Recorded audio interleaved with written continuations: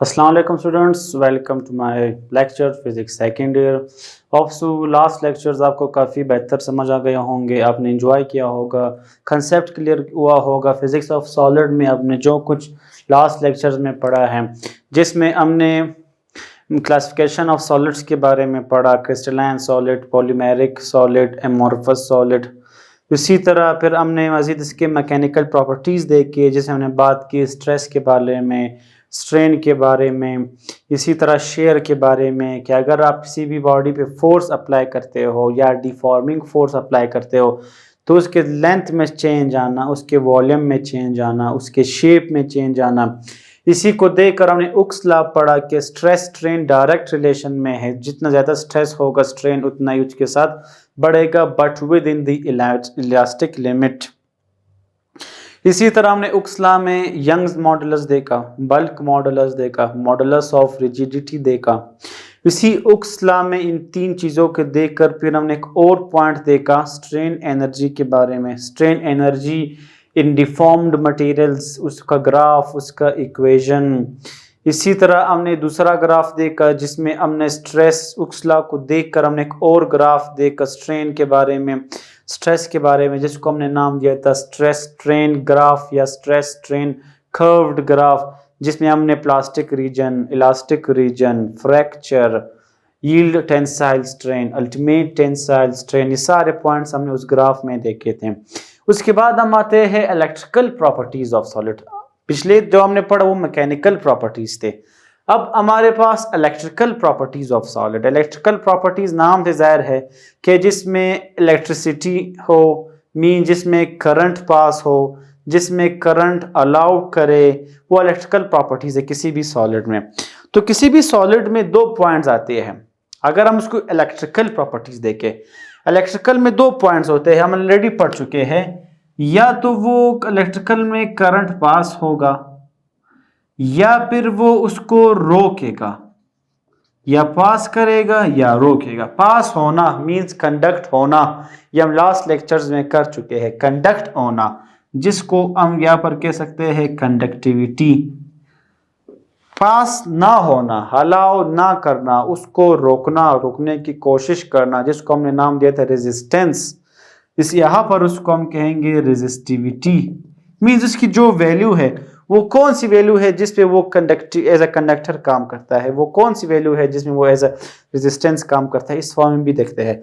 तो electrical properties of solids में कि अगर सॉलिड्स को हम देखें तो या उसमें कंडक्टिविटी होगी या उसमें रेजिस्टिविटी होगी, या वो कंडक्ट करेगा, अलाउ करेगा, या वो रेजिस्ट करेगा, उसको रोकेगा। सॉलिड्स में कुछ भी आ सकते हैं, silver, copper, aluminium, rubber, would, glass, germanium, silicon, ये सब की बात हम करते हैं इसमें।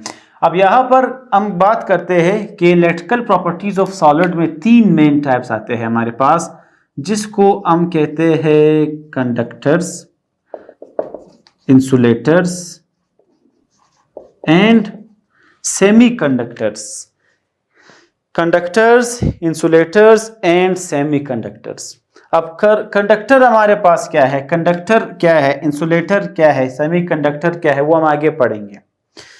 सिंपल आप ये समझ लें कि जो हमारे पास कंडक्टर्स है, चूंकि कंडक्टर का मतलब है करंट को अलाउ करना, करंट को पास करना, उसको हम कहते हैं कंडक्टर्स।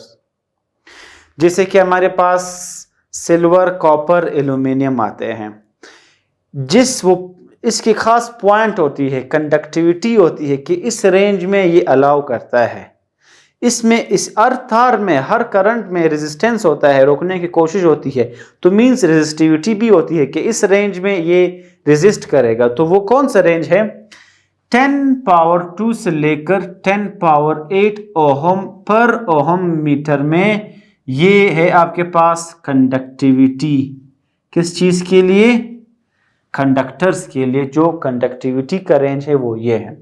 इसी तरह कंडक्टर के लिए जो रेजिस्टिविटी का रेंज है कि इस पॉइंट में, इस रीजन में, इस रेंज में वो रेजिस्ट करेगा, वो है 10 पावर -2 पर ओहम मीटर से लेकर 10 पावर -8 ओहम पर मीटर में। ये रेजिस्टिविटी है किस चीज की, कंडक्टर की, कि रेजिस्टिविटी का रेंज जो है it is from 10 power -2 to 10 power -8, while the conductivity of solids, which solids, conductors, it is from 10 power 2 to 10 power 8 per ohm meter. Insulators जैसे कि वुड, ग्लास, रबर, ये वो है जिससे जो अलाउ नहीं करता, जिससे करंट पास नहीं होता, जो करंट को अलाउ नहीं करता, वो इंसुलेटर्स है, वुड, ग्लास, रबर वगैरह। इसी तरह इंसुलेटर्स में भी हमारे पास क्या होगा, कंडक्टिविटी, रेजिस्टिविटी होगी। अब यहाँ पर जो कंडक्टिविटी है हमारे पास वो है 10 पावर -11 से 10 पावर -9। अब वैल्यू से पता चल रहा है कि 10 पावर -9 से -9 से मजीद पीछे जाना -11, इस रेंज में रेजिस्टिविटी। तो इसका ये मतलब है कि इसकी जो हमारे पास कंडक्टिविटी है, इसकी जो हमारे पास कंडक्टिविटी है वो बहुत ही कम है। इट हैज लो कंडक्टिविटी, बहुत ही कम है, माइनस में है, मींस बहुत कम से कम चांसेस है, जिसको हम कंसीडर ही नहीं करते।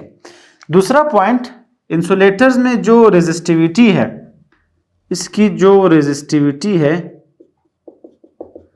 अब रेजिस्टिविटी देखो ये 10 पावर +11 से 10 पावर +19 है के रेंज में है। जो इसकी रेजिस्टिविटी है इंसुलेटर्स का भी पॉजिटिव में है, प्लस में है, मीन रेजिस्टिविटी इसकी बहुत ही ज्यादा है, प्लस में है, इंक्रीज में है, तो इसकी जो रेजिस्टिविटी है वो बहुत ही ज्यादा है। It has high resistivity. अगर इसको हम कंडक्टर से कंपेयर करते हैं, अब कंडक्टर की जो कंडक्टिविटी है, कंडक्टर की जो कंडक्टिविटी है हमारे पास, ये किस चीज में है, प्लस में है, क्योंकि कंडक्ट करना, उसको हलाव करना, पास करना, कंडक्टर का यही काम है। Silver, gold, aluminium, copper, sorry silver, gold नहीं, तो यहाँ हमारे पास क्या है, ये कंडक्टिविटी इसकी पॉजिटिव में है, तो इस मतलब इसकी कंडक्टिविटी बहुत ज्यादा है। It has high conductivity. अगर इसी की हम रेजिस्टिविटी चेक करते हैं, रेजिस्टिविटी इसकी माइनस में है, मींस बहुत कम है, मींस चूंकि ये अलाउ करता है, पास करता है, करंट को फ्लो करता है, अलाउ करता है, पास करता है, तो जब पास होगा रेजिस्टेंस, जितना ज्यादा करंट पास होगा रेजिस्टेंस उतना ही कम होगा, रोकने की कोशिश कम होगी, तो इसलिए इसकी रेजिस्टिविटी बहुत कम होगी। हम कहते हैं इट हैज लो रेजिस्टिविटी। तो हम ये कह सकते हैं कि इन conductors it has high conductivity from 10 power 2 to 10 power 8. It has low resistivity from 10 power -2 to 10 power -8. In insulators, it has low conductivity but high resistivity. Low conductivity from 10 power -11 to 10 power -19 and high resistivity from 10 power 11 to 10 power 19. अब बात करते हैं हम semi conductors के बारे में। Semi conductors के बारे में ये है कि ये है सेमी कंडक्टर लाई करता है in between insulator and conductor के इन बिटवीन लाई करता है, मींस ये एक खास पॉइंट पर एज ए इंसुलेटर काम करता है, एक खास पॉइंट पर एक कंडक्टर काम करता है। ये हम इसी टॉपिक के आगे इसको एक्सप्लेन करेंगे। तो इसी में भी हमारे पास रेजिस्टिविटी एंड कंडक्टिविटी है। अब इसकी जो हम बात करते हैं कंडक्टिविटी के बारे में, जो सेमी कंडक्टर की कंडक्टिविटी है it is ranges from 10 power -6 to 10 power 4। Means value देख ले, नॉर्मल वैल्यू है, दरमियानी वैल्यू है कि ना ये कंडक्टर में आ सकते हैं ना ये इंसुलेटर में आ सकते हैं। इसी तरह अगर इसकी हम रेजिस्टिविटी को देखें, इसकी जो रेजिस्टिविटी है हमारे पास वो है 10 पावर -6 टू 10 पावर 1 या ओनली 10, मींस ये रेजिस्ट का रेंज इसका ये है हमारे पास। तो मतलब इसका मकसद ये है कि ये एज ए इंसुलेटर भी काम करता है, ये एज ए कंडक्टर भी काम करता है, इन दोनों के दरमियान ये लाई करता है। तो हमारे पास बेसिक पॉइंट्स थे इसके बारे में। अब आगे चलते हैं हमारे पास कि हमारे पास एक थ्योरी थी जिसको नाम दिया था free electron theory. It was based on Bohr's atomic model. Free electron theory was based on Bohr's atomic model which was failed later, जो फेल हो गया था। क्यों फेल हो गया था? क्योंकि ये सही तरह डिस्टिंग्विश मीन सही तरह फर्क नहीं कर सका किस चीज़ के बारे में, कंडक्टर्स के बारे में, इंसुलेटर्स के बारे में, या हम कहते हैं कि ये सेमी कंडक्टर्स के बारे में या मेटल्स के बारे में। इसमें हम कहते हैं कि इसने सही डिस्टिंग्विश नहीं किया, सही इनमें फ़र्क नहीं देखा, इनको सही तरह तरतीब से अलग अलग पार्ट में सही तरह बताया नहीं गया, तो ये थ्योरी फेल हो गई थी। जिस वजह से एक और थ्योरी आई थी जिसको कहते हैं band theory of solids. Band theory of solids में मेन पॉइंट ये है कि इसमें हम बात करते हैं एनर्जी लेवल्स की। इसमें हम बात करते हैं एनर्जी लेवल्स की, या the number of energy levels. N means number of energy levels, E means energy levels. कि अगर हमारे पास एक एनर्जी लेवल है किसी भी एटम का, इलेक्ट्रॉन्स का, अब जैसे ही एक एनर्जी लेवल है दूसरा आकर इस पे आ गया, तीसरा आकर आ गया, तो एनर्जी लेवल जितने आएंगे वह इसके ऊपर जमा होते जाएंगे। मीन्स ये एक दूसरे के ऊपर आ रहे हैं। इसके ऊपर आना, इसके ऊपर मिलना, इसको हम कहते हैं ओवरलैप करना। तो ये मुख्तलिफ पॉइंट्स थे जो इसके ऊपर एन एक फर्स्ट एनर्जी लेवल है नंबर ऑफ एनर्जीज एक और आ गई, एक और नंबर ऑफ एनर्जी आ गई, एक और नंबर ऑफ एनर्जी आ गई। इसी तरह चलते चलते ये एन कहाँ तक जाएगा? इन्फिनिटी तक जाएगा। तो इस तरह हम कहते हैं कि जो हमारे पास एनर्जी लेवल्स है वो इंक्रीज होते जाते हैं with number of energy level. Energy of levels आप जितने ऊपर जाएंगे इसके ऊपर ओवरलैप होते जाएंगे, एनर्जी लेवल्स बढ़ती जाएंगी। जो एनर्जी लेवल्स बढ़ती जाएंगी इस एनर्जी लेवल को हम किसी खास ग्रुप्स में देखते हैं, किसी खास लेवल्स में देखते हैं, किसी खास बैंड्स में देखते हैं, जिसको फिर हम नाम देते हैं एनर्जी बैंड का। ये है रहा एनर्जी बैंड। इस एनर्जी बैंड को फिर हम किस पॉइंट्स में देखते हैं? चूंकि हम बात कर रहे हैं electrical properties, means conductor, insulator या सेमीकंडक्टर, इसलिए हमने कहा कि अगर एनर्जी लेवल्स ओवरलैप हो जाए तो इसको ये ग्रुप इसमें हम इसको ओवरलैप करते हैं, लेवल्स में रखते हैं, बैंड्स में रखते हैं, जिसको हम एनर्जी बैंड्स कहते हैं।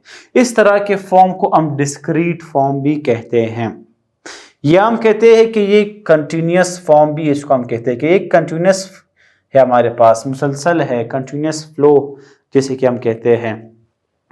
तो इस एनर्जी बैंड के हम कुछ पोर्शंस देखते हैं। एक पार्ट इसमें ये लोवेस्ट पार्ट आता है हमारे पास बैंड में, इसको हम कहते हैं lowest energy band. Lowest energy band हमारे पास क्या है कि इसमें जो हमारे पास एटम्स के या इलेक्ट्रॉन्स जो है हमारे पास, जो पार्टिकल है या इलेक्ट्रॉन्स के जो एटम्स है हमारे पास, ये बिल्कुल ही टाइटली बाउंड होते हैं। जब टाइटली बाउंड हो गए मतलब ये मूव नहीं कर सकते। इलेक्ट्रॉन जब भी मूव करते हैं तो हम कहते हैं कि ये करंट पास हो करेगा। इलेक्ट्रॉन जब मूव करते हैं, चार्ज जब मूव करते हैं तो हम कहते हैं करंट पैदा हो गया, करंट पास हो गया। इसमें वो है टाइटली बाउंड, मूव नहीं कर सकते। तो जब मूव नहीं कर सकते, इसमें जब हमारे पास बैंड है उसको हम लोवेस्ट एनर्जी बैंड कहते हैं, जो मूव नहीं कर सकते। जब मूव नहीं कर सकते तो हम इसको ये भी कहते हैं कि it has no part in electrical या इन इलेक्ट्रिकल कंडक्टिविटी में इसका कोई भी पार्ट नहीं होगा, चूंकि ये मूव ही नहीं कर सकते। एक बैंड ये है। इसके बाद हमारे पास एक और बैंड आता है, जिसको हम नाम देते हैं वैलेंस बैंड। वैलेंस बैंड इसलिए कहते हैं कि वो इलेक्ट्रॉन्स जो आउटर मोस्ट शेल में हो, जो लास्ट शेल में हो, जो आखिरी शेल में पड़े हो, उसको हम वैलेंस शेल भी कहते हैं। वो जो वैलेंस शेल के इलेक्ट्रॉन्स है या पार्टिकल्स है या एटम्स है वो यहाँ पर है, जिसको हम कहते हैं फ्री इलेक्ट्रॉन्स भी हम इसको कह सकते हैं।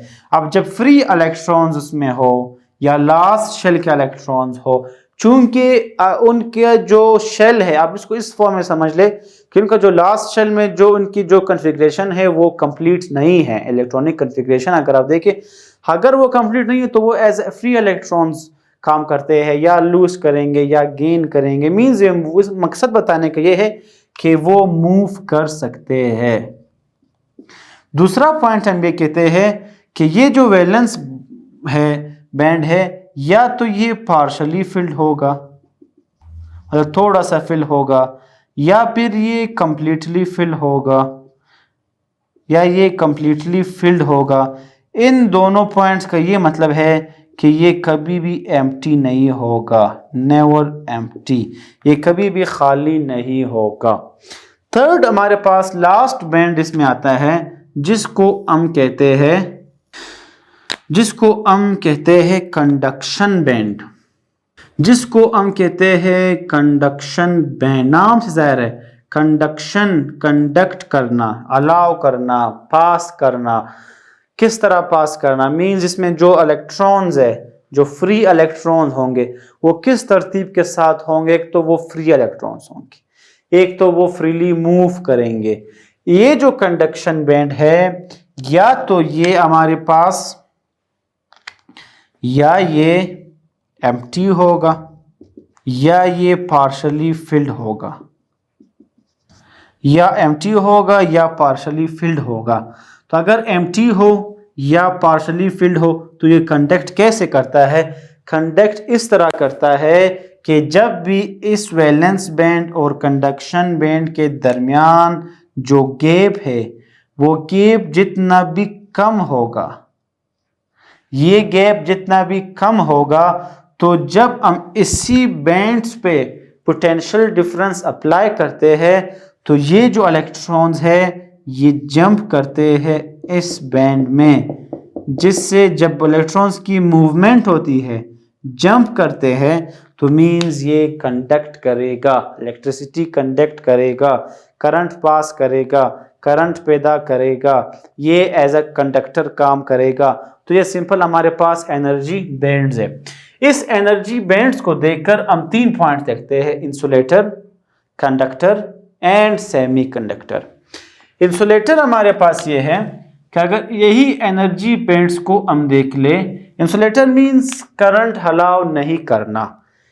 ये वो है जो करंट को हलाव नहीं करता, जैसे कि गोल्ड, जैसे कि ग्लास, रबड़, वुड, ये नहीं करता। किस तरह नहीं करता? इसको हम बैंड्स में हम देखते हैं, एनर्जी बैंड्स में। ये इसलिए नहीं करता, अब चूंकि ये तो लोवेस्ट एनर्जी बैंड से हमारा काम नहीं है, क्योंकि it is no part in electrical conductivity, because it is tightly bound, it can not move. तो हम बात करते हैं वैलेंस और कंडक्शन को देखकर। एक बैंड है हमारे पास वैलेंस बैंड, एक बैंड है हमारे पास कंडक्शन बैंड। ये है हमारे पास कंडक्शन बैंड, ये है हमारे पास वैलेंस बैंड। अब इंसुलेटर क्यों पास नहीं करता? वो इसलिए क्योंकि जब वैलेंस बैंड में जो इलेक्ट्रॉन्स है, फ्री इलेक्ट्रॉन्स है या वैलेंस इलेक्ट्रॉन्स पड़े हैं, जिसको हम वैलेंस बैंड कहते हैं, इसके और कंडक्शन बैंड के दरमियान जो गैप है, ये गैप बहुत ही ज्यादा है। तो एक तो ये बहुत ही ज्यादा है, कंडक्शन और वैलेंस बैंड के दरमियान जो गैप है उसको हम कहते हैं फॉरबिडन गैप। इन दोनों के दरमियान जो गैप है इसको हम कहते हैं फॉरबिडन गैप कहते हैं। तो हम कहते हैं कि वैलेंस बैंड और कंडक्शन बैंड के दरमियान जो गैप है, फॉरबिडन गैप, वो बहुत ही ज्यादा होता है।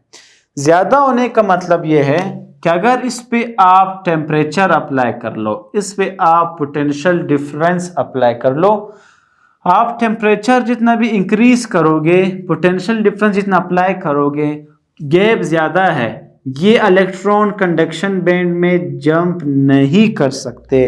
तो जंप जब नहीं करेंगे तो मींस कंडक्शन बैंड में जब नहीं जा सकते हैं, तो मींस ये फ्लो नहीं कर सकते, करंट अलाउ नहीं कर सकते, तो इसको कहते हैं इंसुलेटर्स। इसी तरह अगर हम कंडक्टर्स को देखें, कंडक्टर्स वो है जो इलेक्ट्रिसिटी या करंट को अलाउ करता है, जैसे कि कॉपर, सिल्वर, एल्यूमिनियम, ये कंडक्टर्स में आते हैं हमारे पास। अब आपके पास डेली लाइफ में जो आप वायर देखते हो, तार देखते हो, वो कंडक्टर होता है। उस तार के कवर को अगर आप निकालो, इसको छिलको, तो क्या होगा, अंदर आपको और तार नजर आएंगे। जो वायर्स है, ब्राउन वायर आपको नजर आएंगे, या उसके ऊपर कवर होगा येलो, रेड, ग्रीन वगैरह।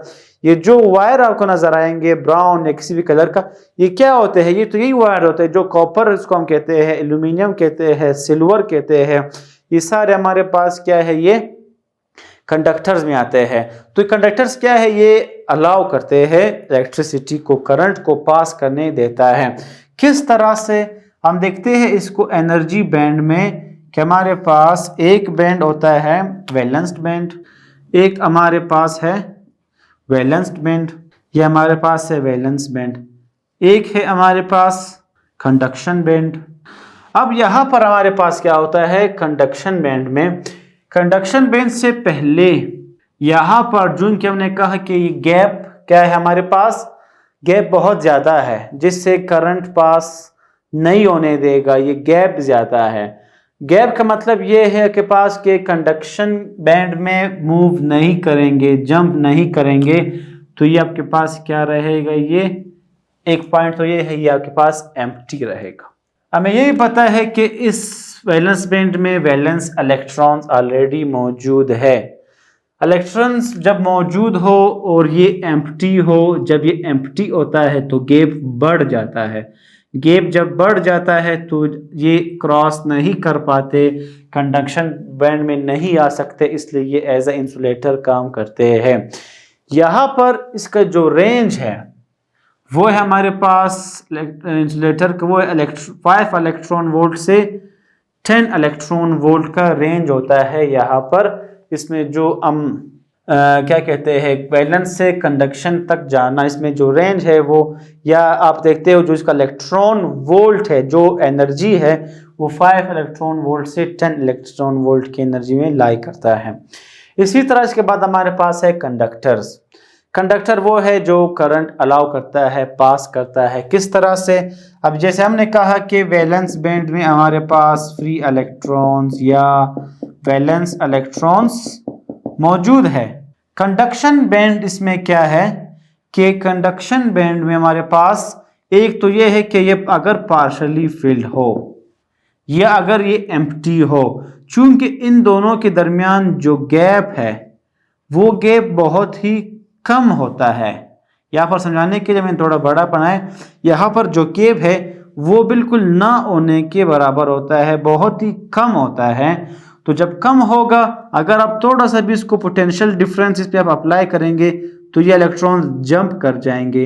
तो जब जंप करेंगे कंडक्शन बैंड में आएंगे, मूव करेंगे, मूवमेंट करेंगे, या इस बैंड में जब आएंगे तो ये इसका मतलब है इलेक्ट्रॉन्स मूव कर रहे हैं, ये कंडक्शन बैंड में जा रहे हैं, इसका मतलब है आना, मींस हलाव करना, ये करंट को हलाव करता है। लास्ट पॉइंट है हमारे पास सेमीकंडक्टर्स के हवाले से।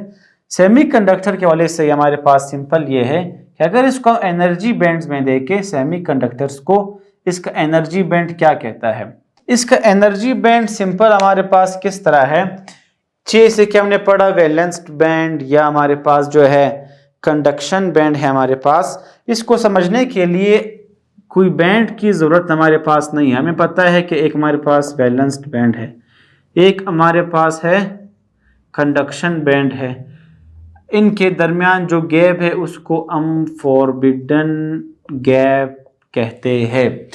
चूंकि हमने सेमीकंडक्टर पढ़ा कि ये जो सेमीकंडक्टर है ये एज अ इंसुलेटर भी काम करता है, ये एज अ कंडक्टर भी काम करता है, या हम करता है ये इन दोनों के इन बिटवीन रहता है। It lies between insulator and conductor. इस पॉइंट का ये मतलब है कि अगर हमारे पास 8 एब्सोल्यूट जीरो मीन्स जो नॉर्मल टेम्परेचर है, या हम कहते हैं रूम टेम्परेचर। जैसे कि हम कहते हैं room temperature 25 degree centigrade normal temperature है, रूम टेम्परेचर है। इस टेम्परेचर पे ये जो हमारे पास सेमीकंडक्टर है ये बिहेव करता है एज अ इंसुलेटर।